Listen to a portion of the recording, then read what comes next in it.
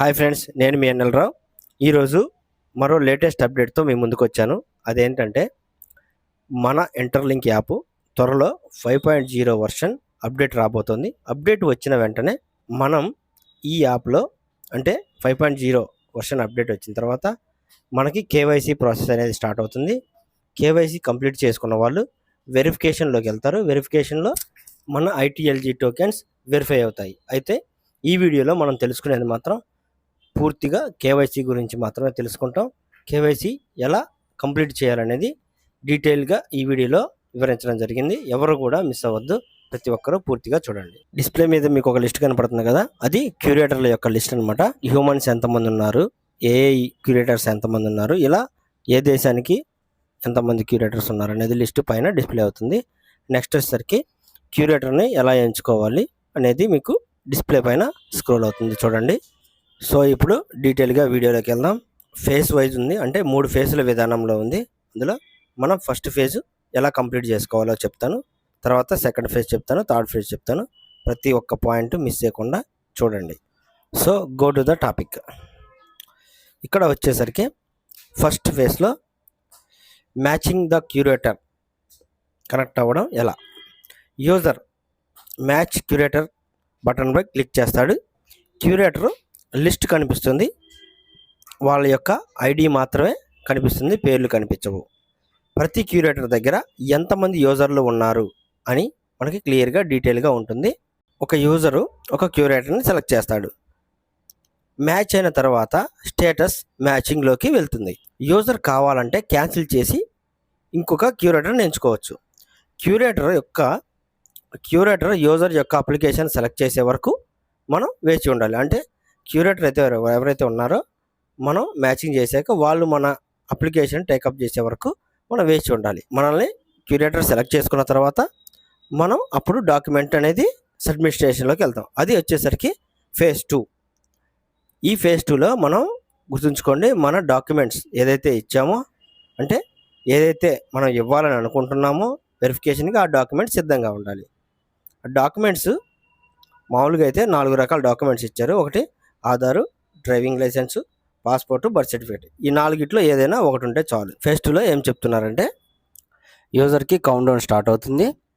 24 గంటల లోపల మన డాక్యుమెంట్ అనేది అక్కడ సబ్మిట్ చేయాలి. టైం మిస్ అయితే ప్రాసెస్ క్యాన్సిల్ అయ్యి మళ్ళీ మొదటి నుంచి స్టార్ట్ అవుతుంది. ఫస్ట్ మనం కంట్రీని సెలెక్ట్ చేసుకోవాలి. మనం ఏ డాక్యుమెంట్ అయితే ఇవ్వాలనుకుంటామో ఆ document front side, back side 2 వైపులా అప్లోడ్ చేయాలి. నెక్స్ట్ సెకండ్ ఫేజ్లోనే లెవెల్ 2కి వెళ్తాము. లెవెల్ 2లో వచ్చేసరికి ఫోటో అప్లోడ్ చేయాలి. అంటే మనం ఆ రోజు ఏదైతే డేట్ ఉంటుందో ఆ డేటు రాసి డిస్ప్లే చేయాలి. వీలైనంత వరకు బాగా కనిపించాలి క్లియర్గా. దాదాపుగా A4 సైజ్ పేపర్ ఉంటే బెటర్ నా దృష్టిలో. ఎడం చేతిలో మీరు ఏదైతే డాక్యుమెంట్ ఇస్తున్నారో, అంటే మనం డాక్యుమెంట్ ఇస్తాం కదా, అప్లోడ్ చేస్తాం కదా, ఆ డాక్యుమెంట్ ఏదైతే ఉందో ఆ డాక్యుమెంట్ కనిపించే విధంగా క్లియర్గా కనిపించాలి.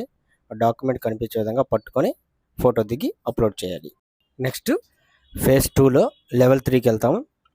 లెవెల్ 3లో వచ్చేసరికి ఒక ఫోటో తీసి అప్లోడ్ చేయాలి. ఇంటర్లింక్ యాప్ హోమ్ స్క్రీన్ చూపిస్తూ అందులో ఐటీఎల్జీ టోకెన్స్ ఏవైతే ఉన్నాయో ఆ బ్యాలెన్స్ క్లియర్గా కనిపించాలి. ఈ విధంగా ఒక ఫోటో దిగి మనం అప్లోడ్ చేయాలి. ఇక్కడతో మనం ఏదైతే డాక్యుమెంట్ వెరిఫికేషన్ ఉంటుందో, అంటే కేవైసీ కంప్లీట్గా ఇచ్చినట్టు అనమాట. తర్వాత సబ్మిట్ బటన్ ఉంటుంది.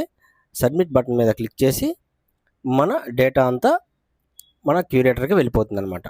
ఫేజ్ 3 ఇక స్టార్ట్ అవుతుంది. ఫేజ్ 3లో వచ్చేసరికి వెరిఫికేషన్ ఏదైతే ఉందో సిస్టమ్ అది క్యూరేటర్కి పంపుతుంది. ఇక్కడ మీరు గుర్తుంచుకోవాల్సిన విషయం ఏమిటంటే మన డేటా అనేది ఎవరికి కనపడదు, హైడ్ చేసి పంపిస్తుంది అనమాట. ఓకే, ఈ పాయింట్ గుర్తుపెట్టుకోండి.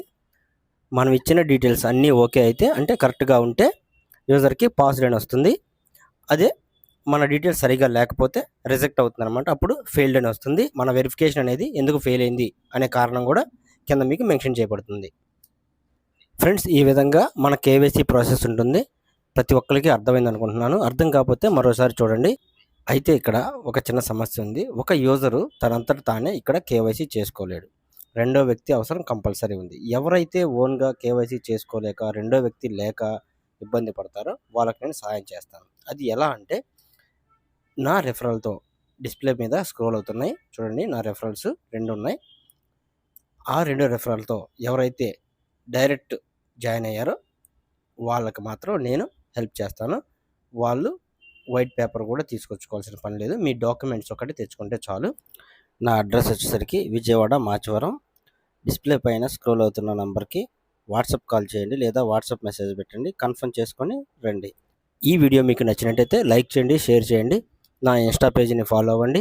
అదేవిధంగా నా యూట్యూబ్ ఛానల్ కూడా సబ్స్క్రైబ్ చేసుకోండి. బెల్ ఆన్లో పెట్టుకోండి. ప్రతి ఒక్క వీడియో అంటే నేను ఇంపార్టెంట్ వీడియోస్ మాత్రమే చేస్తాను. ఆ వీడియోస్ అన్నీ మీకు నోటిఫికేషన్గా వస్తాయి. Thank you friends. Thank you so much. ఉంటాను. Bye bye. జై హింద్.